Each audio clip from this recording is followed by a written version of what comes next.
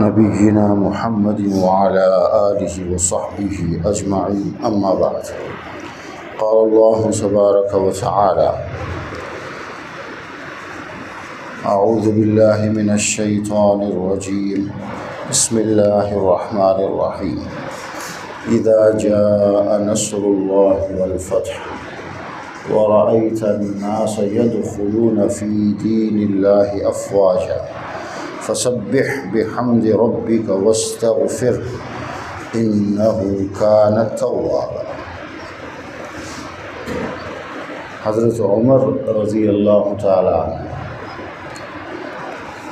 اپنے خاص مشوروں میں بڑے بڑے صحابہ کے ساتھ، وہ صحابہ جو جنگ بدر میں بھی شریک تھے، بڑے بڑے جو نام تھے، ان کو جو بٹھاتے تھے، ان سے مشورہ جب کرتے تھے تو ایک عمر میں بہت کم حضرت عبداللہ ابن عباس رضی اللہ عنہما جوان تھے،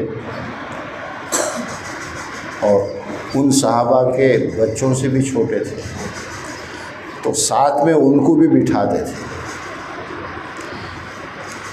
بعض بڑے صحابہ کو یہ بات سمجھ میں نہیں آتی تھی کہ ہم بڑے لوگوں میں اس بچے کا کیا کام، یہ تو ہمارے بچوں کی طرح سے، لیکن کہہ نہیں سکتے تھے۔ بخاری میں جیسا ہے، حضرت عبد الرحمن ابن عوف رضی اللہ عنہ بڑے صحابی، وہ صحابی ہیں جن کو اللہ کے نبی نے زندگی ہی میں بشارت دی تھی کہ وہ جنتی ہیں۔ 10 ان صحابہ میں سے ایک ہیں جو عشرہ مبشرہ کے نام سے مشہور ہیں۔ انہوں نے ایک بار پوچھ لیا کہ آپ عبداللہ ابن عباس ان بچوں کو ہمارے ساتھ کیوں بٹھاتے ہیں؟ چنانچہ ایک مجلس میں ان کو جواب دینے کے لیے کہ اصل میں کسی سے مشورہ کرنے کے لیے، کسی سے کوئی بات پوچھنے کے لیے اس کے عمر اور جوانی کو نہیں دیکھنا چاہیے، اس کے اندر کیا صلاحیت ہے، کیا قابلیت ہے، وہ کس لائق ہے، جوان ہی کیوں نہ ہو، اگر اس کے اندر کوئی بات ہے تو اسے مشورے میں اسے بٹھایا جا سکتا ہے، اس سے بات کی جا سکتی ہے۔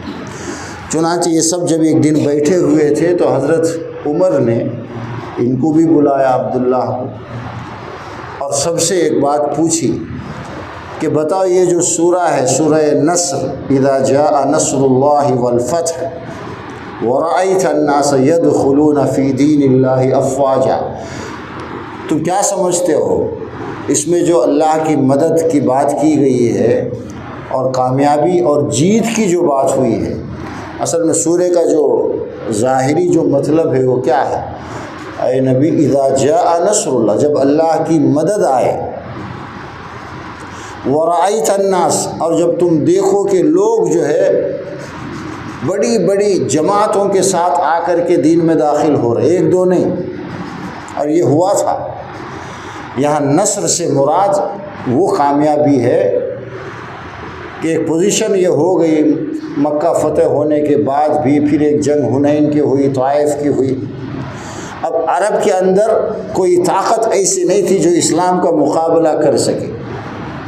اسلام پورے عرب کے اندر سپر پاور بن چکا تھا، ایک ہی طاقت تھی، یہ مدد ہے، اس کی طرف اشارہ ہے۔ جب ایسا ہو، پہلے کیا حال تھی، آپ نماز پڑھنے کے لیے بھی باہر نہیں آ سکتے، دعوت کھلے عام نہیں کر سکتے تھے، ایک دو کر کے مسلمان ہوتے گئے، پھر محنت کرتے گئے، تقریباً 20 سال کی محنت کے بعد پھر وہ پوزیشن آئی کہ اب پورے عرب کے اندر، اور جب آپ حجۃ الوداع کے موقع پر آپ آئے، جب یہ سورہ نازل ہوا، منا جو ایک مقام ہے وہاں پر حج کے دوران یہ سورہ نازل ہوا، اس وقت تو ایک بھی آدمی بچا نہیں تھا، پورے عرب کے اندر 100% سب کے سب مسلمان ہو چکے تھے۔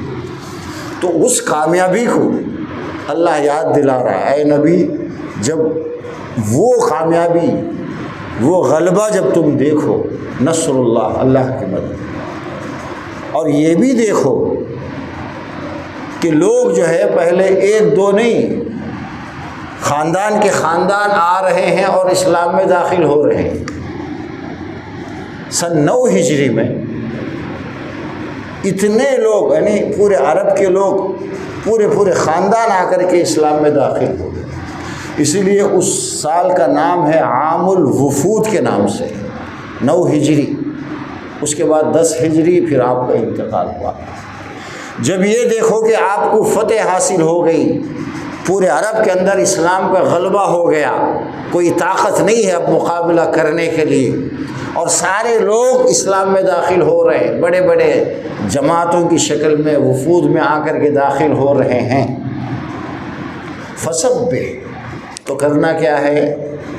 آپ جو ہے اللہ کی تعریف کرو، اس کا شکر ادا کرو۔ فسبح بحمدہ واستغفر، اس کی تعریف اور اس کے شکرانے کے ساتھ ساتھ اس کی پاکی بیان کرو، اور اللہ سے استغفار کرو، معافی مانگو، اس لیے کہ وہ بہت معاف کرنے والا ہے۔ یہ اس کا ترجمہ ہے سورہ کا۔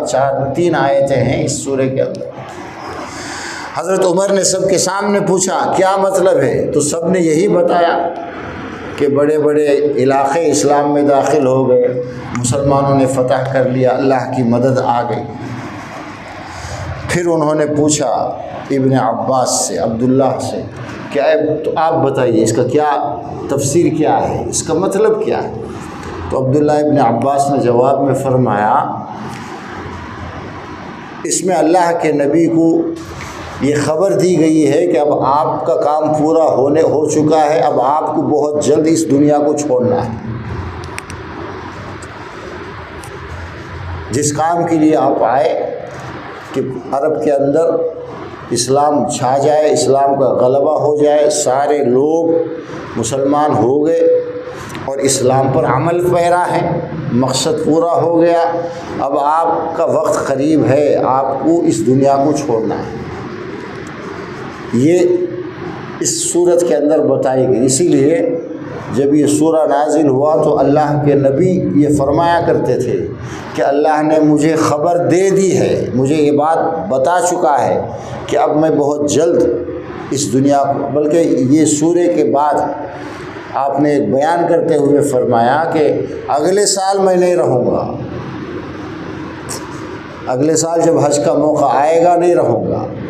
اور ایسے ہی ہوا۔ اس صورت کے یہ نازل ہوا تھا ایام تشریق میں، بقرعید کے مہینے میں، عید کے بعد جو 3 دن آتے ہیں ایام تشریق، جس میں قربانی ہوتی ہے، تکبیریں ہوتی ہے، انہی دنوں میں اللہ کے نبی کا انتقال ہوا، اور ٹھیک 3 مہینے کے بعد اللہ کے نبی کا انتقال ہوا۔ یہ سورہ نازل ہونے کے 3 مہینے کے بعد۔ یہ آخری سورہ ہے ایک سورے کے اعتبار سے، اس کے بعد کچھ آیتیں تو نازل ہوئی، لیکن ایک مکمل جو سورہ یہ آخری نازل ہوا۔ تو اس کے اندر خاص بات جو ہے وہ یہ ہے، اتنا بڑا کام ہونے کے بعد، یعنی پورے ایک ملک، اس وقت تو بڑا ملک وہی تھا، 100% بدلنے کے بعد اسلام کا غلبہ ہو گیا، کامیابی ہو گئی۔ اللہ کیا حکم دے رہا ہے اپنے نبی کو؟ فسبح بحمد ربک، اس کی حمد بیان کرو، اس کی تعریف کرو، اور حمد کے معنی تعریف کرنے کے ساتھ ساتھ شکر ادا کرنا بھی ہے۔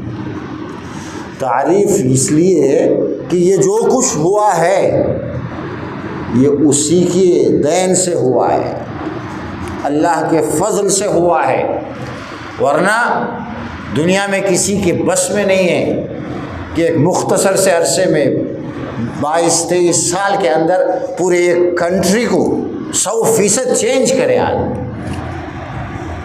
اور ایک ہی جگہ ہوا اور ایک ہی بار ہوا، اور کبھی دنیا میں نہیں ہوا ہے، قیامت تک بھی نہیں ہوگا کہ آپ جہاں مبعوث کیے گئے ہیں اللہ کے فضل سے سب کے سب مسلمان ہو جائیں اور 100% عمل کرنے والے بن جائیں۔ دنیا کی تاریخ میں پہلی بار ہوا اور قیامت تک ہوگا بھی نہیں کبھی۔ اتنا بڑا کام کوئی آدمی کر سکتا ہے؟ اللہ کے نبی کو یاد دلائے۔ اللہ کے نبی کو تو پتہ ہی ہے، ہم سب کو سبق دینے کے لیے کہ کچھ کر لو دین کے لیے، کوئی کام کر لو، کوئی خدمت کر لو، تو یہ مت سمجھو کہ تم نے کیا ہے، یہ تمہارا کمال ہے، یہ سب اللہ کا فضل ہے، اللہ کی تعریف ہے کہ اس نے ہم سے وہ کام لیا ہے۔ پہلے یہ بات یاد دلانا، اور پھر تسبیح بیان کرنا ہے، اللہ کی پاکی بیان۔ پاکی کا کیا مطلب ہے؟ یہ بتانا کہ اللہ کو اپنے دین کو غالب کرنے کے لیے، سب کو اسلام میں داخل کرنے کے لیے اے نبی تمہاری ضرورت نہیں تھی، تمہارے اوپر ڈپینڈ نہیں تھا اللہ تبارک و تعالی۔ اللہ تو بے نیاز ہے، اللہ پاک ہے کسی کمی سے، وہ جس سے چاہے، جب چاہے، جیسے چاہے اپنا کوئی بھی کام کروا سکتا ہے۔ یہ مت سمجھو میں اور ہم مسلمان ہی کر سکتے ہیں، میں اور میرے صحابہ ہی یہ تبدیلی لا سکتے تھے، ورنہ نہیں، بلکہ اس کا شکر ادا کرو کہ اس بڑی تبدیلی کے لیے اس نے تمہارا انتخاب کیا، تمہیں سب میں سے آپ کو پسند کیا، آپ کے صحابہ کو پسند کیا۔ اتنا بڑا کام، حیرت انگیز کام، اور تسبیح میں کبھی کبھی تعجب بھی ہوتا ہے، اتنا بڑا کام اتنے مختصر عرصے میں ہو جائے تو آدمی کو جو ہے حیرت میں آ کر اللہ کی تعریف کرنا ہے۔ یہ کوئی معمولی بات نہیں تھی، کوئی پڑھ لے، کوئی ڈگری حاصل کر لے، کوئی کمال ہے، کوئی کمال کی بات نہیں ہے۔ پورا معاشرہ، پورا ملک، پورا کنٹری ایک دم بدل جائے، یہ بہت بڑی بات ہے۔ یہ سب سے بڑا ہمارے نبی کا معجزہ ہے، اور سب سے بڑی اللہ کی قدرت ہے کہ اس نے ایسے لوگوں کو جو نہ لکھ پڑھ سکتے تھے، نہ ان کے پاس ٹیکنالوجی تھی، نہ مال و دولت، دنیاوی اسباب میں سب سے کم، لیکن اللہ نے قیامت تک کے لیے ان سب کو ساری دنیا کا استاذ بنا دیا۔ ایک تو ان سے ایمان سے نوازا، اور پھر وہ ایسی زندگی گزار کر گئے ہیں کہ وہ ہمارے لیے ایک نمونہ ہے قیامت تک۔ یہ مختصر عرصہ قوموں کو بدلنے میں، ترقی میں، چینج میں برسوں لگ جاتے ہیں۔ آپ اپنے گھر کو بدل نہیں سکتے ساری زندگی میں، گھر کے جتنے افراد ہیں، کبھی کبھی تو اپنی بیوی کو، اپنے بھائی، اپنے بچوں کو ہم سدھار نہیں سکتے، زندگی گزر جاتی ہے۔ یہاں صرف 23 سال کا عرصہ سب کچھ آپ نے بدل دیا اللہ کے فضل سے، اس لیے اللہ تعریف کے لائق ہے۔ اور پھر ہر انسان کو یہ بھی یاد رکھنا ہے، بڑی محنت کرنے کے بعد، بڑی کامیابی کے بعد اسے بڑی جیت حاصل ہوتی ہے، اس کا کام بڑے اچھے انداز میں ہو گیا، تو یہ نہ سمجھے کہ میں نے، میری جو ذمہ داری تھی، میری جو ڈیوٹی تھی، اللہ نے مجھے جو اس کو میں نے 100% ادا کیا۔ نہیں، آدمی ہمیشہ اللہ سے ڈرتا رہے اور معافی مانگے، اے اللہ یہ کرنے میں اگر مجھ سے کچھ کوتاہی ہوئی ہے، کوئی قصور ہوا ہے، کوئی کمی ہوئی ہے، تو اے اللہ تو مجھے معاف کر۔ فسبح بحمد ربک واستغفر، اے نبی آپ استغفار کرو۔ دنیا میں کیا ہوتا ہے، کوئی محنت کے بعد کوئی جیت حاصل ہوتی ہے تو لوگ جشن مناتے ہیں، کوئی جیتتا ہے تو کیا ہوتا ہے، پورے گاؤں میں پھرنا، ہنگامے کرنا۔ یہاں ایسی جیت ہے جس طرح کی جیت دنیا میں کبھی آئی نہیں اور کبھی آئے گی نہیں۔ پورا علاقہ، پورا ملک، ایک تو آپ کے ایسا شہدائی ہو گئے، سب اپنی جان دینے کے لیے تیار، ایسی محبت، ایسا تعلق، آپ کی ایک ایک سنت پر عمل کرنے کے لیے تیار ہے۔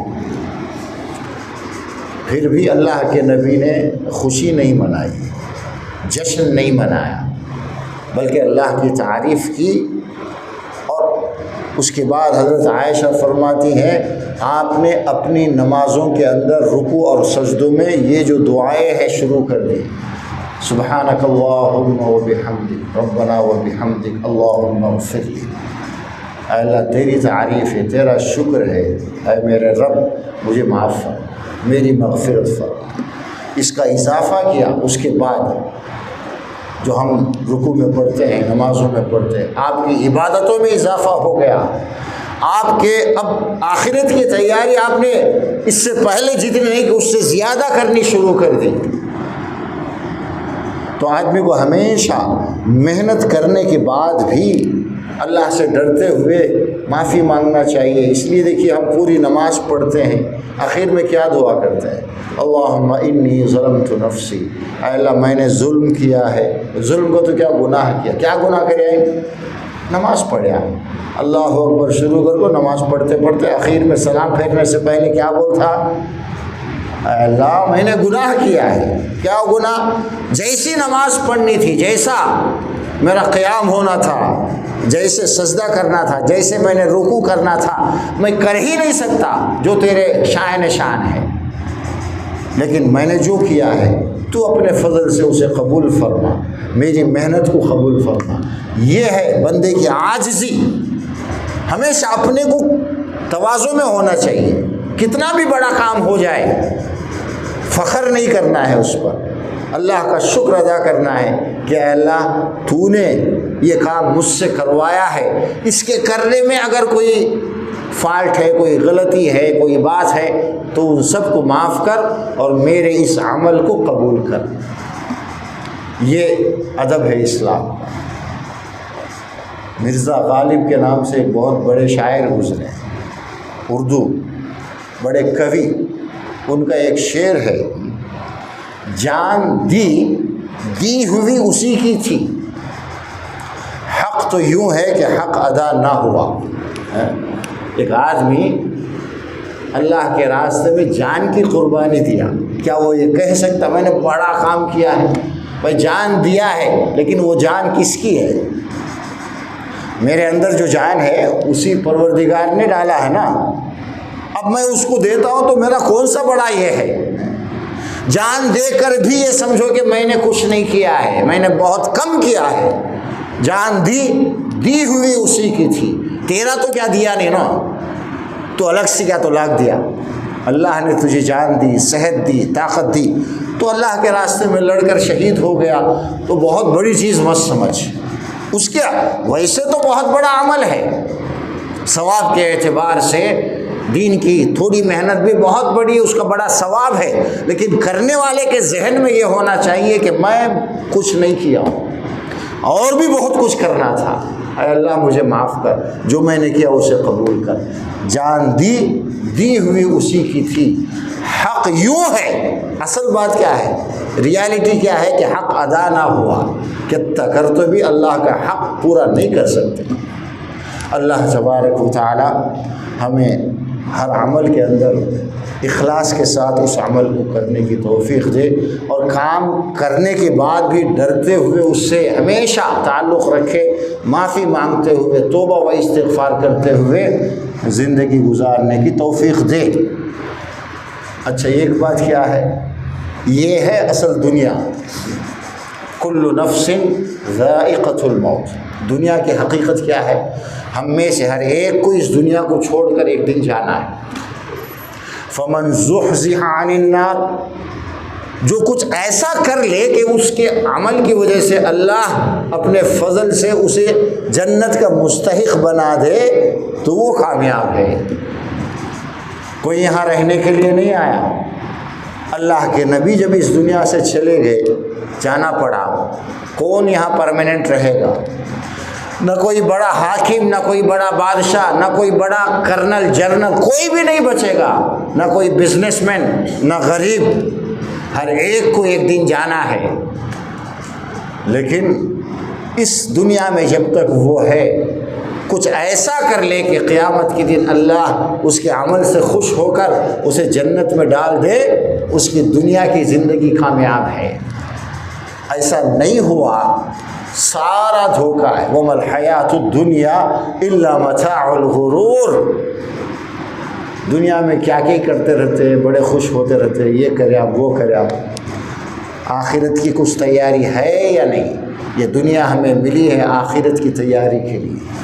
ہمارے نبی کی زندگی سے ہمیں یہی سیکھنا ہے، اور اللہ ہمیں سکھائے اور آخرت کی تیاری ایسی کرنے کی توفیق دے ہم سب کو کہ اللہ ہمارے اس عمل سے خوش ہو کر ہمیں بھی جنت میں جانے کی اجازت دے دے۔